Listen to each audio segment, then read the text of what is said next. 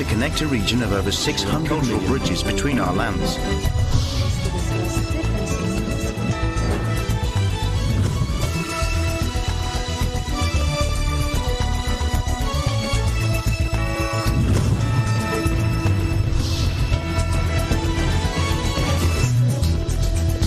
Good evening, I'm Alma Angeles and you're watching ASEAN in Focus. On tonight's headlines. The Philippine Health Department confirmed the detection of the more transmissible and highly immune invasive Omicron subvariant BQ.1 in the country. Dr. Edsel Salvana explains what this is and what we have to do to protect ourselves. China's censors were working to extinguish signs of rare social media-driven protests that flared across major cities over the weekend, calling for political freedoms and an end to COVID lockdowns. And Canada unveiled its new economic and diplomatic strategy for the Asia-Pacific region, allocating 2.3 billion Canadian dollars over the next 5 years to the plan aimed at mitigating risks posed by China. Thailand's Dantai Bunma won his second Asian Tour title when he triumphed at the $400,000 Bangan Bandhu Cup Golf Bangladesh Open in Dhaka.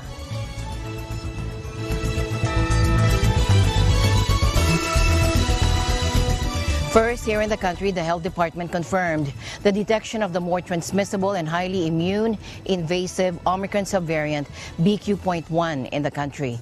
Dr. Edsel Salvana explains what this is and what we have to do to protect ourselves. Take a look. Yung BQ.1, isa na namang subvariant ito ng Omicron. Related po siya sa BA.5 na ngayon ang dominant subvariant sa mundo. At nakikita nila, meron na naman tong taglay na additional mutations na maaaring makapag-increase ng kanyang immune escape against infection sa ating mga vaccines, ngunit wala namang ebidensya na mas severe ito. So, ang ibig sabihin lang nito, okay, alam naman natin nag-mutate yung virus. Ang importante, alam natin kung paano protektahan ang sarili natin. Magpa-boost po tayo at kinakailangan po talaga for now manatili yung paggagamit natin ng mask, lalo na dun sa ating mga vulnerable population. But important is ngayon na headed na nga tayo para dito towards endemicity, ang babantayan po talaga natin ay yung ating healthcare utilization capacity na sa ngayon nananatiling mababa. Yung number of cases maaaring umakyat, pero karamihan doon ay magiging mild as long as mataas ang antas ng pagbabakuna at yung paggamit ng ating boosters. And of course, at least natutuwa ako, nakikita ako marami pa rin ang gumagamit ng masks.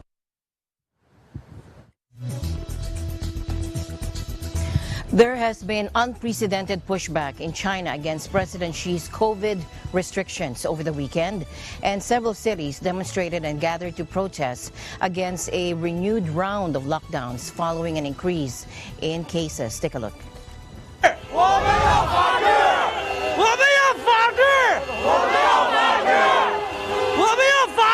其实这个不管是车的鸣笛声，还是我们今天在这儿，然后去说出我们的想法，这都是我们的所有人的心声，包括这个全国各地都在这样。我觉得他们应该认真的考虑一下大家的意见中国是我觉得还是一个民主的国家我希望他们能有所改变。是你说？我觉得中国人民斗争，争取自由还有很长的路要走啊。我们没有一个比较完整的行动纲领。这次的游行，大家经验都太少了。但是我们做到了遍地开花。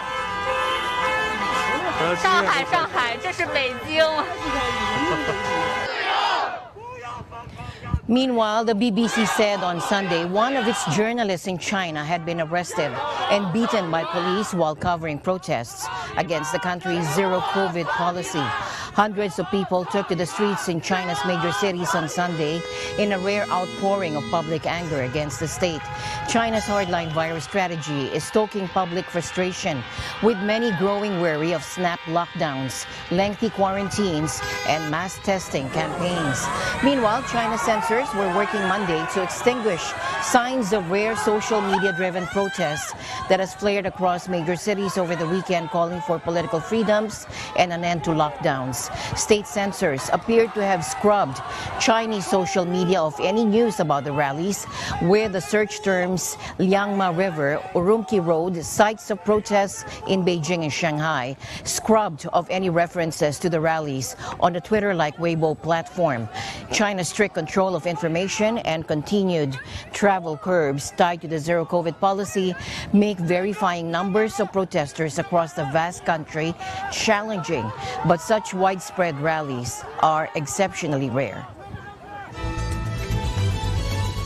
In other news, the 5th annual Bloomberg New Economy Forum returns from November 14 to the 17th, returned to Singapore with a rare opportunity, which is inflation is rampant across the globe, war rages in Ukraine, famine looms as food supplies dwindle and costs skyrocket. Broken supply chains and labor shortages have crippled output. Here is Ukrainian President Volodymyr Zelensky saying that there's no point in talking with President Putin when he keeps on talking about peace and then attacks his country. Take a look.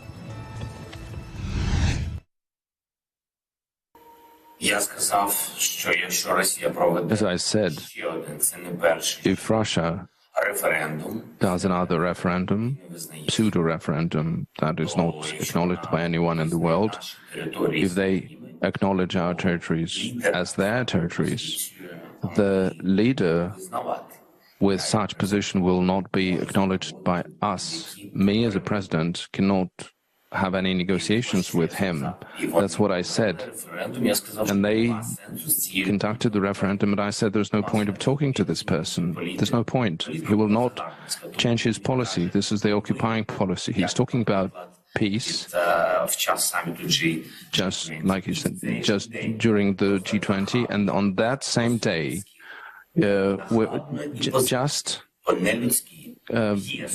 this audacity, he launches 100 strikes against Ukraine.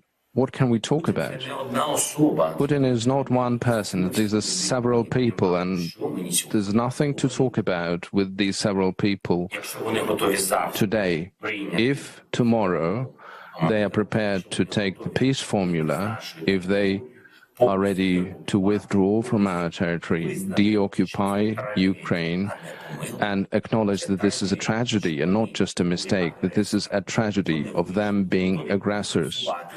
If they are ready to compensate, as it is prescribed in the peace formula, if they are ready to accept it, only then we can start thinking about talking to this group of people.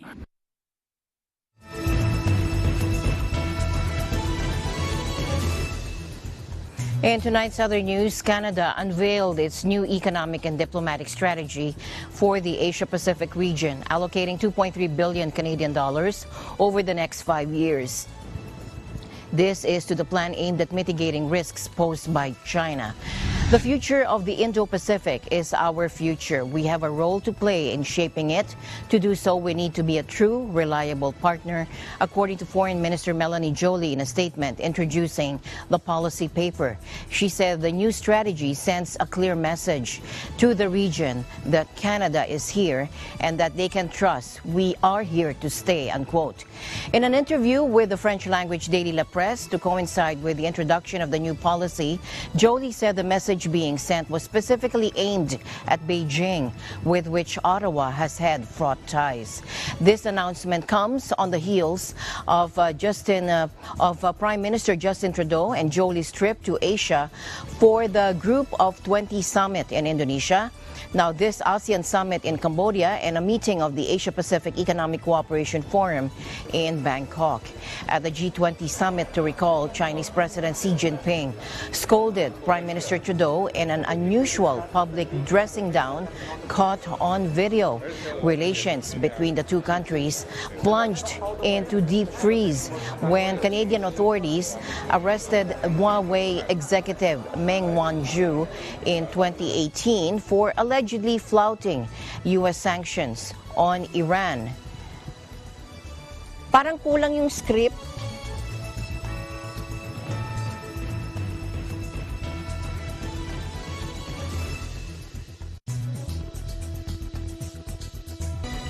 Since 2014, the UN Mitigation Agency, or IOM, said more than 50,000 migrants are known to have died worldwide after risking their lives on dangerous journeys. The tragic milestone was confirmed in a new report from the International Organization for Migration's Missing Migrants Project. In an urgent appeal to governments to prevent further people dying, IOM maintained that little had been done by all countries where migrants either originated, transited, or arrived. The nationality of over 30,000 dead migrants remains unknown. Of the missing migrants whose nationality could be identified, more than 9,000 were from African nations, over 6,500 from Asia, and another 3,000 were from the Americas. The top 3 countries of origin for migrants were Afghanistan, Syria, and Myanmar. In other news, Russia said that a Dutch court ruling over the downing of Malaysia Airlines flight MH17 over Ukraine in 2014 was politically motivated, adding the court was under unprecedented pressure. A Dutch court convicted 3 men and acquitted 1 over the downing of Malaysian Airlines flight MH17 above Ukraine in 2014. Russians Igor Girkin and Sergei Dubinsky and Ukrainian Leonid Karchenko were found guilty of murder and intentionally causing an aircraft to crash, while Russian Oleg Pulatov was not guilty, according to head judge Hendrik Stenutz. The first 3 were sentenced to life imprisonment in absentia. The course and the results of the proceedings indicate that they were based on a political order to reinforce the version promoted by The Hague and its associates, according to the Russian Foreign Ministry in a statement. Moscow said, "We deeply regret that the District Court of The Hague was neglected or has neglected the principles of impartial justice for the sake of the current political situation, thus inflicting a serious blow to the reputation of the entire judicial system of the Netherlands." The Foreign Ministry also said the court was under unprecedented pressure from Dutch politicians, prosecutors, and media. Moscow said the trial in the Netherlands could go down in history as one of the most scandalous in the history of legal proceedings, with its extensive list of oddities, inconsistencies, and dubious arguments of the prosecution. Relatives of the MH17 victims, meanwhile, and experts reacted to the sentencing of the 3 men to life imprisonment over the downing of the Malaysia Airlines flight MH17 over Ukraine in 2014, in which 298 people were killed. Let's take a look. I'm really very happy. I was driving over here this morning and I thought, I already knew, I had that good feeling all week that they will be sentenced guilty. So, yeah, better than that doesn't exist at this moment. I think the verdict is the verdict what we wished. At least 3 of the suspects are now convicted. And that the 4th suspect, Pulatov, is not convicted. That's due to the law. And if judges are judging that the evidence against Pulatov is not legally proven, that's what it is. Well-balanced sentence, I think.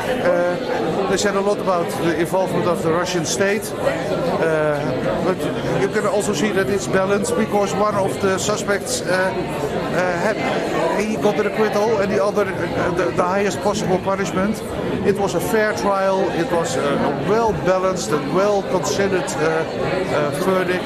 We wanted to get justice. We got justice. We're very relieved that there is a verdict. We think it is the right verdict. Now the truth is out there, and there is justice for the people that have been killed, the 298 people from MH17. We as an investigative team, we are satisfied for now with the guys that have been convicted. I think the relatives are very happy with it, because now it's clear that also the Russian Federation was involved in the crash, the attack on the MH17. The truth is now ready there, and all the disinformation can be thrown away at this moment. So it's a very satisfying verdict. Moscow has denied all involvement in this crash, and it accused the Dutch court of giving its verdict under unprecedented pressure from politicians and the media. Flight MH17 from Amsterdam to Kuala Lumpur was cruising at 33,000 feet over war-torn eastern Ukraine when a Buk missile exploded near the cockpit on July 17, 2014, tearing the plane apart. The crash triggered global outrage and sanctions against Moscow, with Ukraine's famed sunflower fields littered with bodies and wreckage. Some victims, including children, were still trapped into their seats. Port Moresby in Papua New Guinea celebrated World Children's Day. Here's Echo Ortelesa for the report.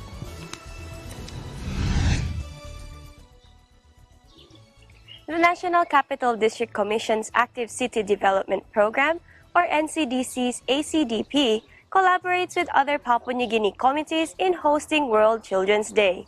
This year's theme, Leave No Child Behind, Walk for Child's Rights. Active City Development Program Director Fazila Bazari organizes various booth and physical activities and entertainment for the kids.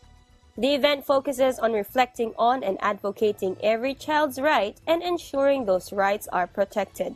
National Capital District Commission Honorable Governor Poes Sparkop reiterates that children are the most important investment of a country. Think about this responsibility that you have to yourself and to the children that you might bring into life on earth. That it is a serious responsibility. And it's a responsibility that you must think seriously. So this is a collective responsibility for all of us. It's not a United Nations responsibility only. It's not a responsibility of child welfare. Parents, get it right. Government, we need to get it right. Government, we need to honor our commitment. On the part of NCDC, I hope soon we will take over Office of Child Welfare. We have a plan to start investing more in early childhood, and I want to see this happening now rather than later. The UNICEF country representative and the director for National Office of Child and Family Services are among the speakers at the event. Echo Hortaleza Quinola, Port Moresby, Papua New Guinea, Eagle News, we live in extraordinary times. The oldest member of K-pop phenomenon BTS will begin his military service on December 13, becoming the first in the band to enlist. Take a look. Now, he will begin his mandatory 5-week training at Yeongjong in Gyeonggi province before being deployed to a frontline unit. All members of the K-pop phenomenon will join the military service. This is in a policy known as conscription, wherein all able-bodied South Korean men under the age of 30 must perform about 2 years of military service, mainly because the country remains technically at war with nuclear-armed North Korea. The band announced in their hiatus in 2025 or in their hiatus, wherein during their quote dinner party, and said that they were taking a break from the supergroup to focus on their solo careers, citing exhaustion and the pressure of success. When markets opened the following day, investors began dumping shares of BTS management company, which lost $1.7 billion of market cap in the first hour of trading. Physical and digital consumption revenue calculations found that BTS was the #1 global recording artist in 2020 and 2021, with dozens of sold-out shows and 2 Grammy nominations and 4 tracks in the Billboard Top 10 best-selling U.S. digital hits. The group, credited with generating billions for the South Korean economy, have said they hope to reconvene by 2025. The prospect of mandatory military service has long hovered over the K-pop superstars and has triggered years-long debate in South Korea over whether they deserved exemptions, which are given to classical musicians and Olympic medalists, for example. Their agency announced last month that band members would carry out their mandatory military service, starting with Jin. In other news, Thailand's Dantai Bunma won his second Asian Tour title when he triumphed at the $400,000 Bangabandhu Cup Golf Bangladesh Open in Dhaka Sunday. Bunma carded a 3-under par 68 in the final round at Kurmitola Golf Club to finish 13-under par on 271, one shot fewer than his playing partner and compatriot Kosuke Hamamoto. Hamamoto, the overnight leader, was searching for his maiden Asian Tour title but slipped back when he could only manage a 70 on the final day. Third place Ratanon Wanariskan, 2 shots further back, ensured a clean sweep of the top 3 positions for Thailand. Local favorite and 2-time Asian Tour winner Sidikur Rahman closed with a 70 to finish in a group of 4 players tied for 4th. And finally tonight, we remember Irene Cara, whose talent took her to the South Bronx to the height of fame. Take a look.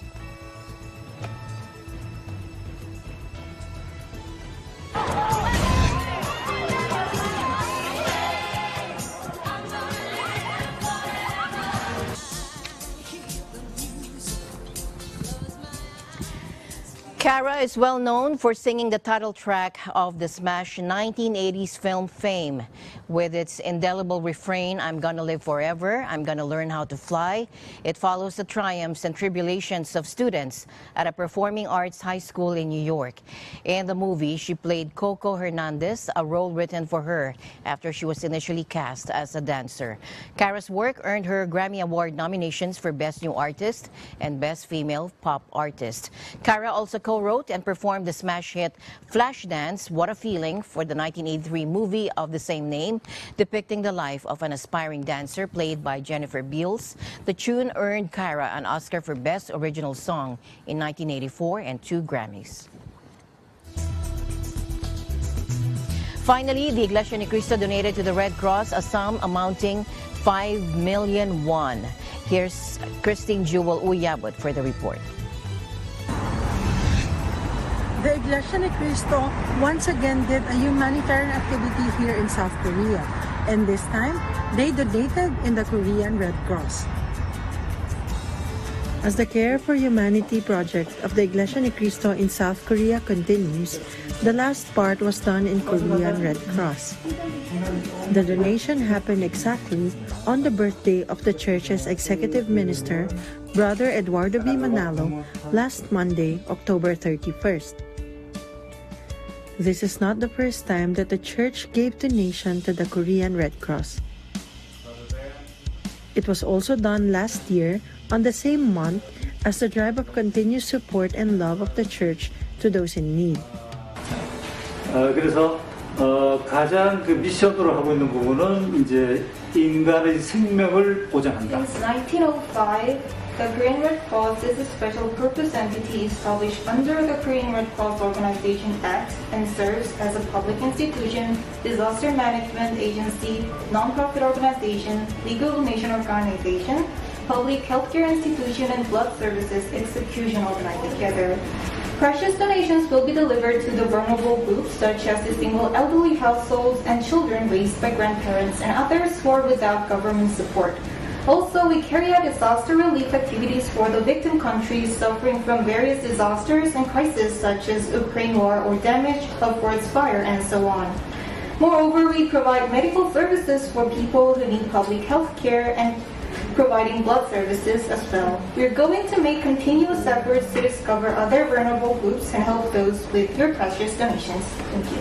불교 교인들과 같이 저희들 우리 적십자 운동도 Through this pandemic situations, we are learning that we are not alone and we can overcome crisis with the power of connection.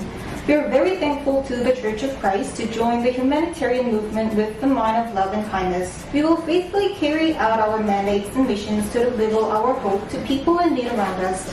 Very, very thank you. Thank you so much.